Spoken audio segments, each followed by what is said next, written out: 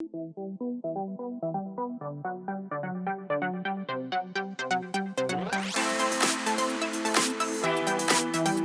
everyone, this is Ryan with The Smart House, and in today's video we're going to talk about the new Notion API. Now if you watched my last two videos, they were on how to use Home Assistant to retrieve data from an API and then display it in Home Assistant. Now today's video is going to set up kind of a foundation for a system that I currently use to update information in Notion using Home Assistant as a trigger. Now today's video is going to be just the establishing portion of how to set up the functions that I use, and then we're going to end with a basic example of how to create a new page using Home Assistant. Now you don't need to use Home Assistant for this. You can use this entirely outside of it. So if you're a user that's just interested in the Notion API, you can still follow along. Then at the end, when I use the function in Home Assistant to push the API call, you can do that in another system like Power Automate, IFTTT, or Zapier. So I'm targeting this video at not just the home automation, Home Assistant users. This is for anybody who wants to develop on the Notion API and is excited about the new release of the public beta API that just came out last week. So don't let it intimidate you if you're not a smart home person. This is going to be targeted at anybody that wants to learn how to write functions for the Notion API. Now, why, you may ask, am I doing a video about Notion? Well, I have been into productivity for many, many years. Ever since I was struggling in engineering school to try to keep up with my work there and also my full-time job on the side. I was dealing with assignments, tasks at work, and also tasks at home, like finances and mortgages and stuff like that. So about 15 years ago, I discovered Getting Things Done by David Allen, and I haven't looked back since. So if you haven't already discovered Notion, it's sort of a combination of Evernote, a to-do app, and also a database application like Microsoft Access. It allows you to build custom databases that you can link together and tie it to information stored in pages. Now that may sound complicated, but it's a great resource and actually quite easy to get into once you get started with it. Now I'm not going to go into the basics of Notion in this video. There are tons of YouTubers out there that have created great content on creating systems in Notion.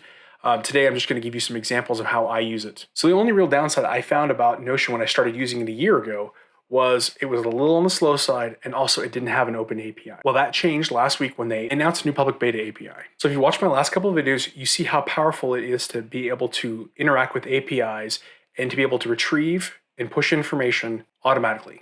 Now, this API is just a beta, so it could change a lot in the next few months, but I think it's a great foundation to get started with.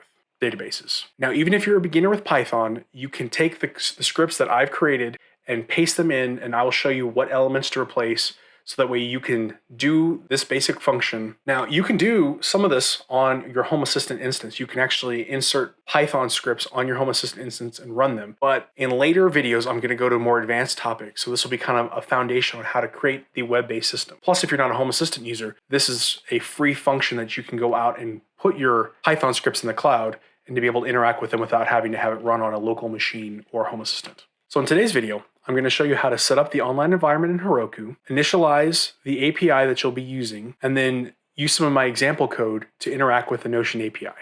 We'll also go into some of the basics about what the Notion API does and how it's used. So let's get started. Now, I've left a link here below with a link to the developer information from Notion. You can read through that. They've got some great examples on how the Notion API works and how you can apply it, both with JavaScript and in curl.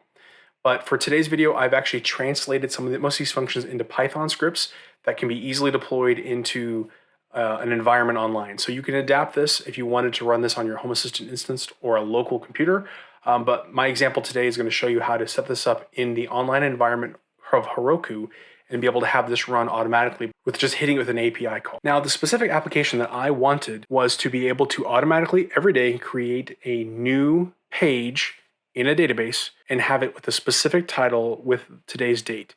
Now, I've tried doing this with other things like IFTTT or Zapier, and either they require the premium plan or they don't give me the functionality to create the specific date format that I want. So I have a Python script that will create the date format that I like and create that page automatically every single day. So right now I have that on demand where I can hit a button on my Android device or even on my iOS device, and that will go out and create that page when I'm ready every morning.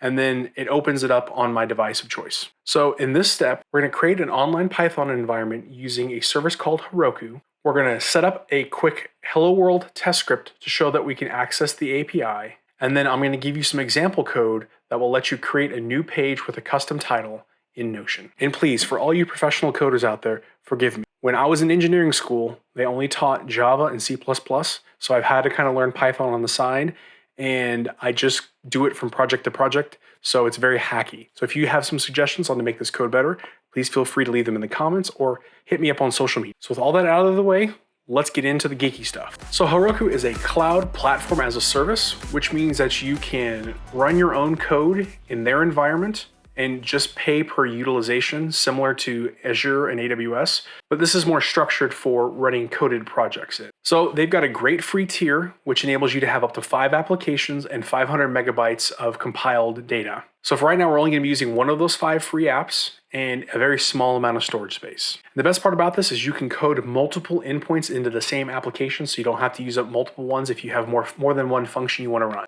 There are some things that I'm not going to explain in this video, that are prerequisites before you get started, so make sure you take care of these before you continue the video. So go ahead and pause, and I've got links in the blog post to go install each of these components. So you're going to need to have Git already installed on the operating system of your choice, some sort of editor. I like to use VS Code, which is free from Microsoft, and then you'll need the Heroko command line interface, which, come to find out, is actually an extension of your existing terminal or command line of choice.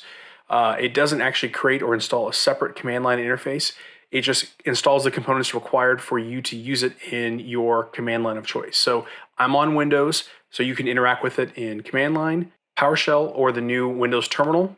If you're on Mac or Linux, then you can just utilize the standard Bash terminal. And optionally, if you want to run any of this on your local computer, you can use an application called Chocolatey that will let you quickly install things like Python, PIP, and HTTP/PY. So again, there are links in the blog post. If you don't have those things set up, go ahead and pause now, install those, and then come back to the rest of the video.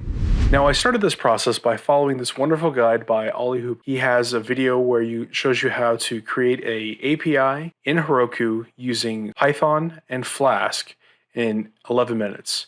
So I'm borrowing heavily from his guide. So if you want to watch that, I have a link in the description below. The main steps that we need to accomplish right now is we need to get signed up for an account on Heroko. We need to initialize the repository in the Heroko environment, create the required files to tell Heroko which versions of Python to install, and other required tools. Then I'll give you a hello world example to make sure that your environment is functional and show you some of the basics of using an API.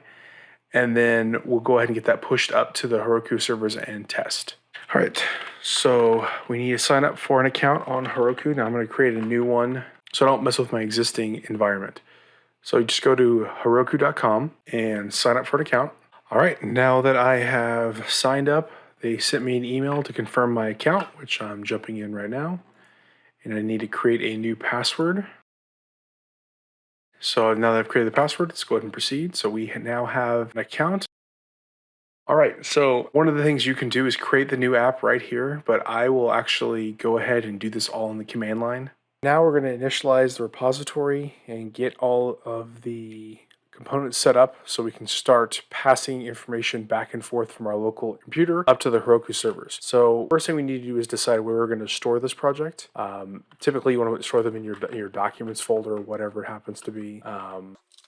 So I'm just going to create a quick directory here called Heroko, and then I'm going to cd into that directory. Name it something. It doesn't really matter what you name it, it's just give me the name of the project. So we'll call this one Notion Test. So now we'll initialize it by running git init. So I created the blank git, and then we're going to create a git ignore file. All right, so we have all the files we need to initialize the repository. So let's go ahead and open up our favorite editor. In my case, I'm using VS Code. And let's go ahead and open up that folder that we've just worked with. So select folder. This will allow us to create new files within this folder, work with the different various Git items, and make our comments and things like that. The first thing we need to create is the app.py. This is the main bit of code that you can paste in my example here in just a second, but this is the primary file that Heroko runs, and this will initiate and set up the API. Second file you're going to need is the requirements.txt. And what this is going to do is this will tell the Heroko environment which specific versions of applications that you want to install for your code. I'm not going to specify any version, so it can just pull the latest and greatest version of what I define, but we'll need to tell it things like we need Flask RESTful, requests, and Unicorn, which is the actual server that everything's be based off of. So again, if you were looking for specific versions, you could define a version number for each of these, but I'm just grabbing the general latest versions of each of them. And for our example right now, we won't need anything but really Flask and Unicorn, but I want to go ahead and just fill in what we're going to need for the full code later on. So I've got the requirements.txt, we're done with that. Now we need to create a runtime.txt. And what this will do is this allows us to define the version of Python that is needed for our setup. So as of the time of this video, the current supported version is 3.7.10. Now this will change as time goes on, so make sure you check the Heroko documentation for what the latest version in the 3.7 pipe is. It could be .11, it could be .12 in the future, but just make sure you're using the latest version so that way it knows what runtime to run it in. And then finally, we have the proc file. And so the proc file, it tells Heroko what specifically to run and on what port. So in this case, we want the web port, which we port 80 or 443 if you're using HTTPS. It wants to run the Unicorn server, and then app. Now, if you want more specific explanation, you can use that tutorial video that I showed you earlier, and he goes into detail kind of about what each of these items are, but this is just something you're going to need going forward. So let's pop back to the app.py, and then let's put in our test code. All right, so I have a simple Flask app here that will just display hello world when you connect to the web server that we define here in a second. But I'll just take you quickly through what these define. So standard Python, you're defining where you're pulling and which modules you're pulling from. You're defining the app name and which function to call from. The app route, now this is important because you can define multiple routes to have multiple endpoints. So I could change this to say /test, and then if I hit my URL /test is when it would run. But since we're doing just for testing purposes, we'll just use the default /, which means if you hit the root, it should just display hello world. And then you're telling it, if it's the main, go ahead and run the app. So very simple. This is just an easy one to make sure your environment's set up correctly. So we'll go ahead and save all these files. First thing we need to do is pop down here to, so this is specific to Visual Studio Code, but the same function works in other editors. You need to go to your source control and go ahead and make a commit. So I've committed it there. You can also do this on the command line if you want to, but I prefer to do it inside of here. Now, since we haven't signed in inside of VS Code, we need to do the rest of these steps in the command line. So let's swap back over to the terminal now. Now, before we start running Heroko commands, let's go ahead and verify we currently have Heroko and it's functional. So you can do that by typing in Heroko -- version, and it should pop up and tell you what version of Heroko CLI you're running. If you get an error here, please stop, go back, and reinstall the Heroko CLI, because if you don't have that installed, none of this will work. So the first command we need to run is Heroko login. And this is going to pop you into the browser, which I've got pulled up on the other screen over here, and I'm going to go ahead and log in.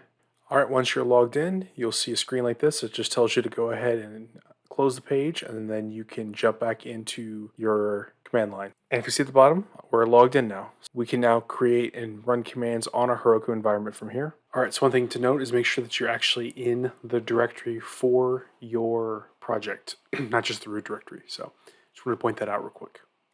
So now we have to create the Heroko app in the cloud environment. So we want to run the command here, Heroko create, and then you need to give this a unique name. Now, if you were just to use Heroko create, it would create a random named project for you automatically. But if you want to specify a name here, you can go ahead and create that. So Notion API this smart house. Now this has to be unique for all users. This is actually what will become the URL for your application in the future. So if you run this command and you get an error message, it's probably because your name is not unique. So go ahead and hit enter here, and this will create the project and define the URL. And there you go. So now you'll see it actually created the URL with Notion, the app, and we can actually click on this. You'll see that you get a welcome message letting you know that the environment has been set up. Now that we know the environment's been set up, let's go ahead and push our files up to the environment. So we'll run the command git push Heroko master.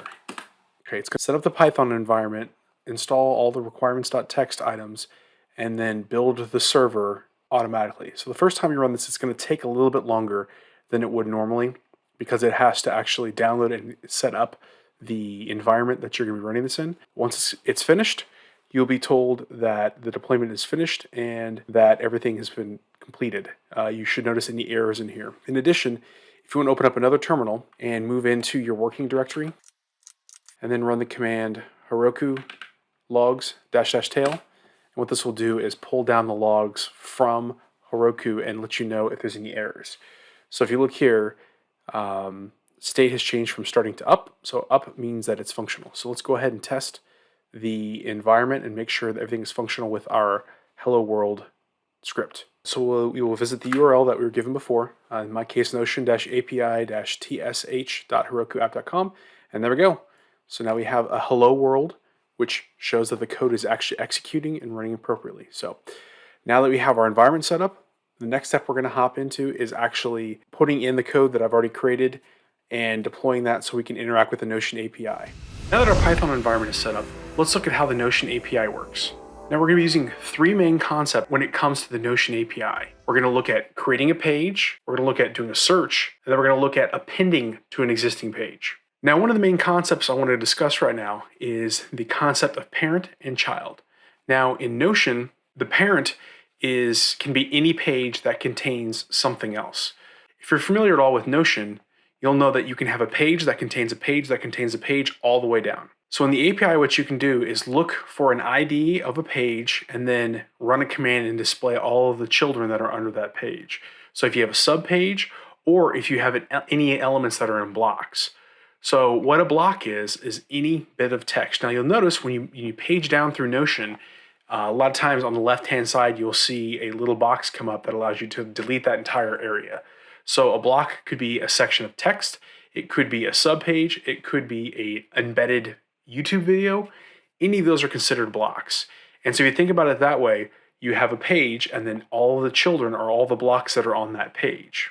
So this allows you to jump into a page and append items below that. So this is nice because you can query and see each of the blocks on the page and then eventually be able to move those around. Right now the API doesn't contain that capability, but I know it's possible because the unofficial one had that capability to grab a block and move it around on the page. Right now, all you can do is just append to the bottom of the page and add in new blocks.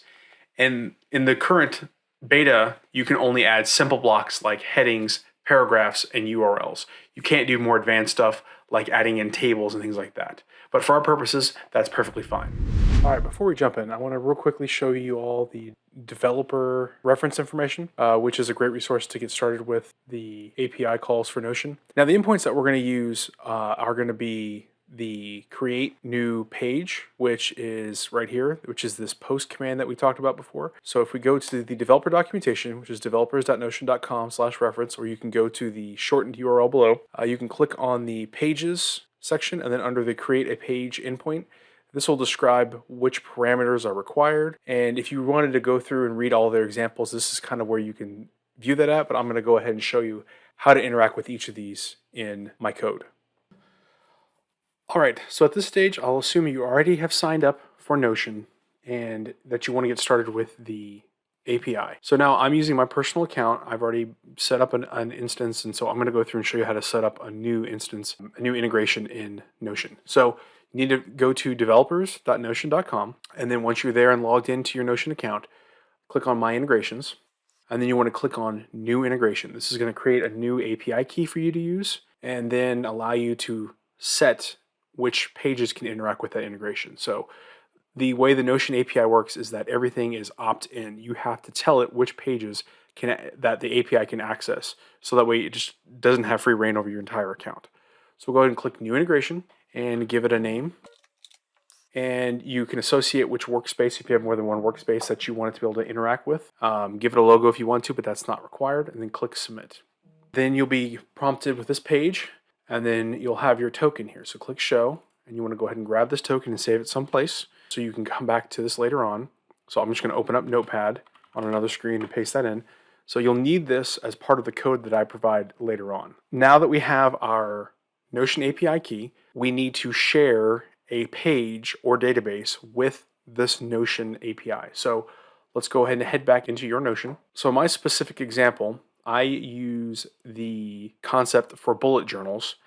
I have a database dedicated to each bullet journal, and you'll see I create a new one every day with the date and with the day name, and it has a built-in template and all stuff like that. I won't go into all the details. So we'll jump into Notion, and I've created a new blank database called API Test for this setup here.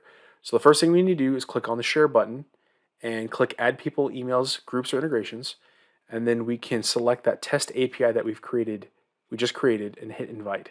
This will allow the test API key to see this database and interact with it and make changes. So this second step is we need to grab the database or page ID for this. So we click the Share button again, go to Copy Link, and that's going to put that on our clipboard. And then we need to bring up something like a notepad and paste that in. Now you'll notice you'll have your Notion URL with your username, and then you'll see this string here up until the $V. So when you're interacting with databases, this right here is your key, from the slash behind your username to the question mark. The V equals, this is the custom view that we're using right now. So we really care about this specific ID right here. So we're going to copy that, and we're going to paste that over here on the side. So now in my notepad, I've got my secret key for my API, and then I've got the targeted database I'm looking for. So with those two elements, now we can hop into the code that I provided, and I'll take you through how it works. So the first step we want to do is go out to the website, go out to the blog post, which again is linked below and is on the screen now. And we want to first grab the example code to create a new page with custom title. So grab all this code here, all the way down to the app run, copy that, and then we'll pop back over into our editor of choice. And we want to paste that into our app.py. Now I'm going to take you through real quickly what each of these lines do and what parts you need to update. So we have import datetime, import request. These are two functions that are required later on. The datetime is only really used because the title I want to create is in a specific format. We'll use requests later on. The Flask, so from Flask, we're going to import the Flask class, request, and JSONify. Again, we'll use most of these later on.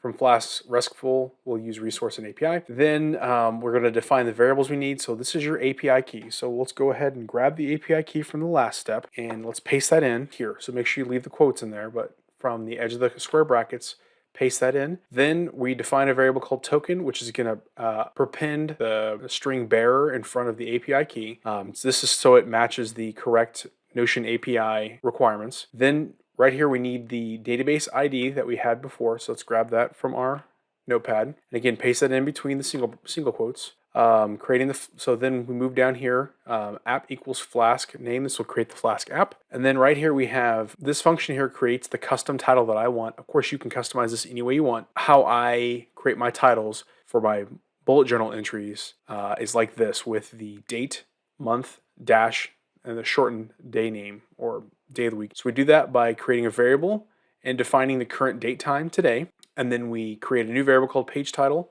take that original variable of X, and we're going to force it into the format of day, month, dash, short name of the date. So we have that created as page title. Then we create the API route. So this is called a new page, and it's a post method, define new page.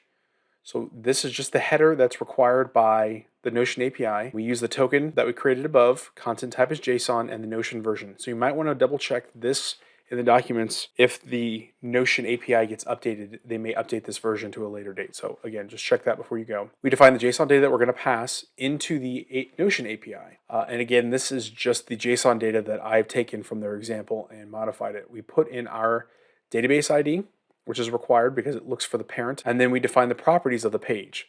So I'm not defining any children for this page. I'm just creating a blank page. So what this will do is if you have a template already existing in your database, so I go back to Notion and this happened to have a template in here, every time I clicked a new page, they would apply that template to that page. But since it's just a blank one, it's just going to create a new page that's blank. And it's going to create with the content of the title that I've created. So again, if we looked at this JSON in a exploded view, here let's look at it in a validator so we can see it a little bit easier. So we have the parent ID, and it's got a sub component called database ID, and that's that database ID we defined. So again, because this is Python, we've concatenated the string to add that database ID in from the variable.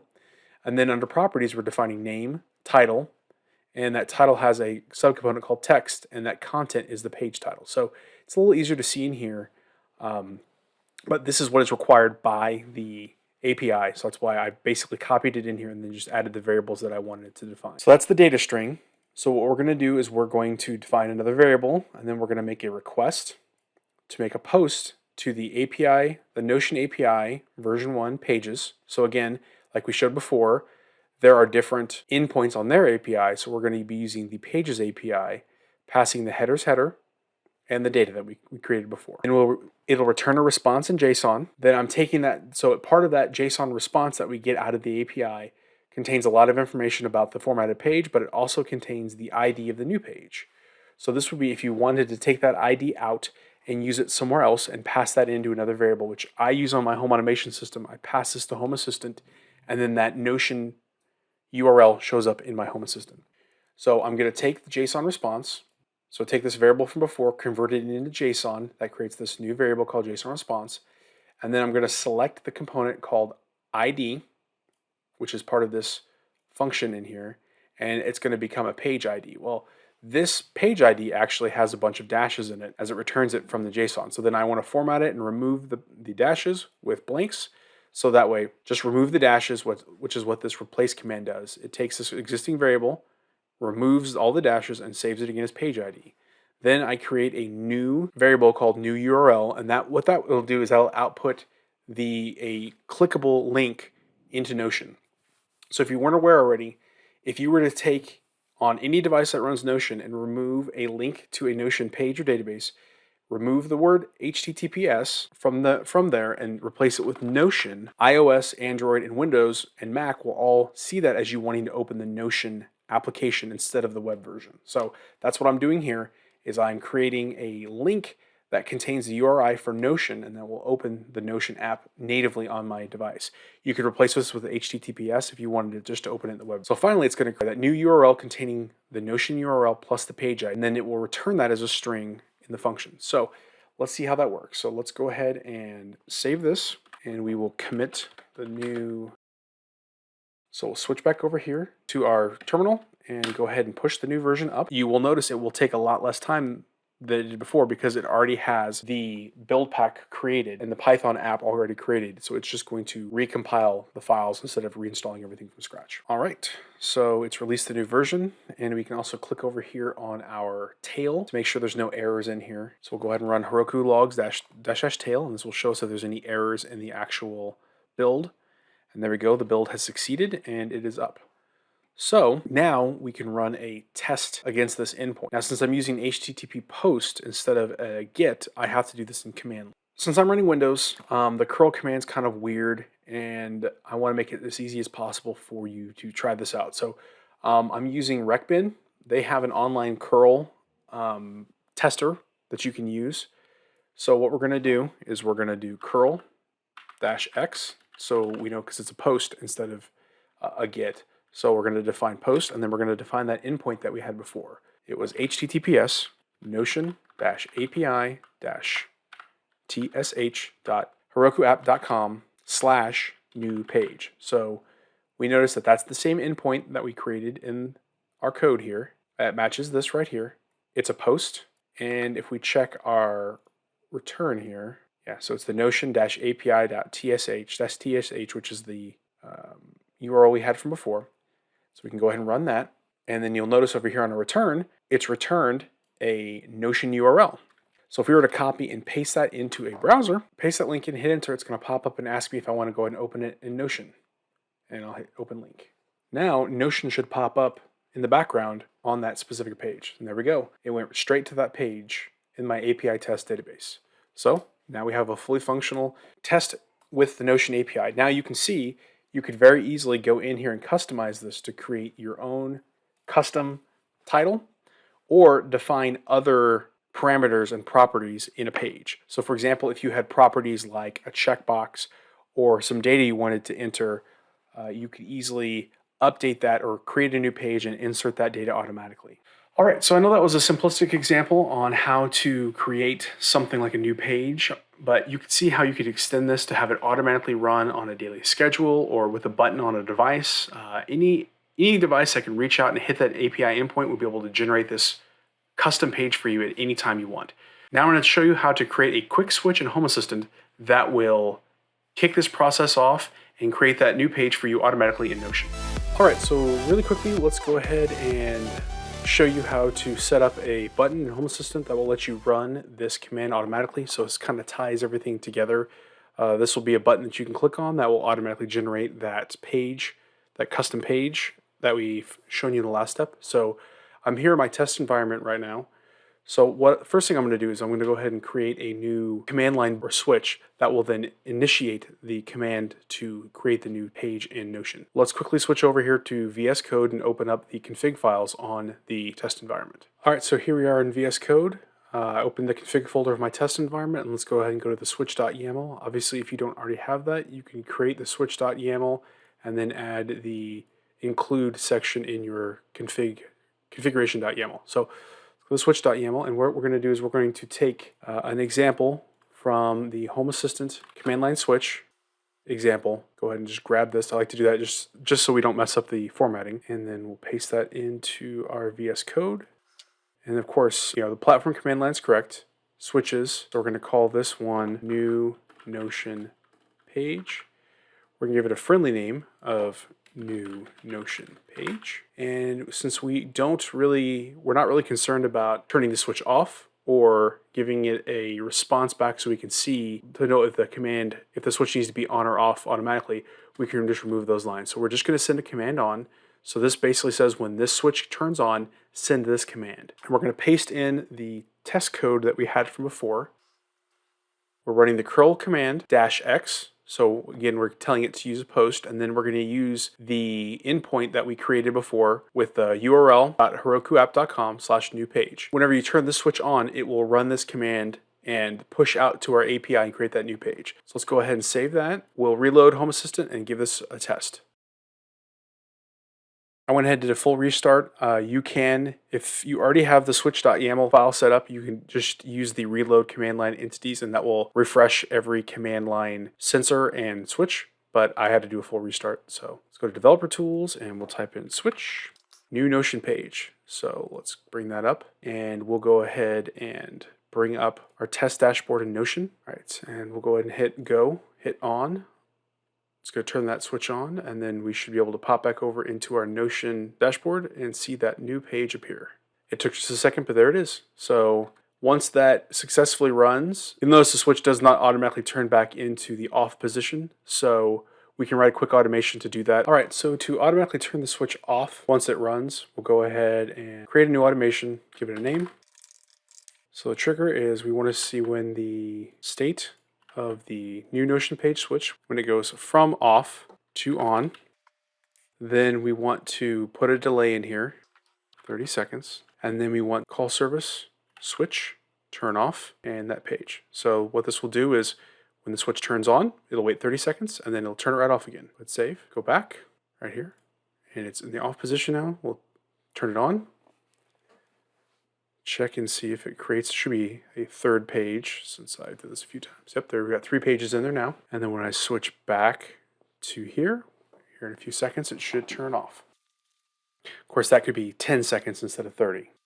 Yep, and there we go. The automation turned it off. Now you have a switch that you can add to a dashboard, or you can invoke to automatically turn on that whenever at a particular time of day, or you can do it from your UI. So you have quite a bit of flexibility now.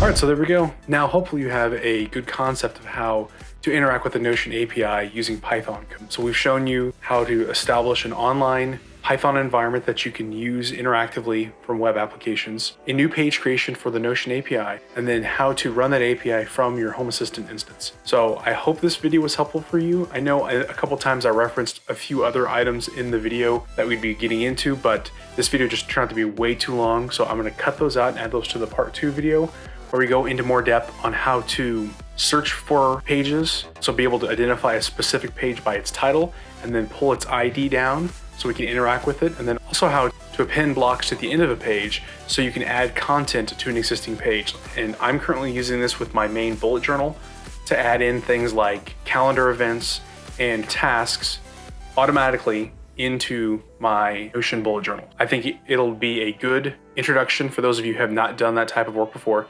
All right, well, I hope that video was helpful for you. If this is something you want to see me do more of with specific APIs, just please leave a comment in the comment section below or hit me up on social media. I hope to include more than just Home Assistant items in my upcoming videos. I've got some tasker items I want to cover and other things that are kind of home automation centric. So if you like more content like this, please feel free to give me some feedback in the comments below. As always, if you haven't already, please make sure you're subscribed to the channel. Give it a thumbs up if you liked the content. Give it a thumbs down if you didn't. Hopefully we'll get the part 2 done before I head out on vacation at the end of this month. If not, I'll try to finish it up while I'm traveling. As always, if you have any suggestions for other videos, please let me know in the comment section below, and hope you have a wonderful rest of your day. Thanks a lot.